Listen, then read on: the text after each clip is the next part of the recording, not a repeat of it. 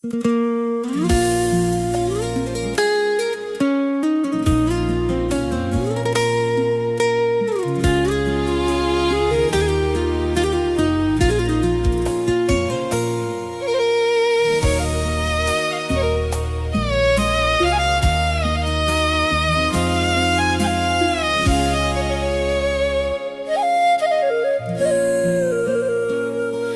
រពន្ធប្រៀបដូចពេទ្យដូចព្រះនេតនិងសីរសាត្រូវចេះប្រឹងការពារពេលឆ្លោះគ្នាកុំឈ្នះចាញ់កុំចង់ឈ្នះ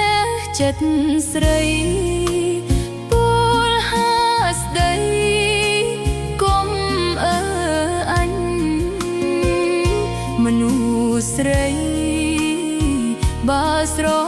ឡាញ់តែងខ្នក់ខ្នាញ់ប្រច័ណ្ឌសពកូនអើយស្ងួនជាប្តី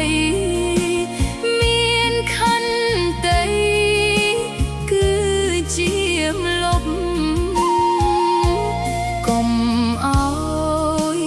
ប្រពន្ធស្អប់ចេះកាយកប់រឿងថោកថ្លៃ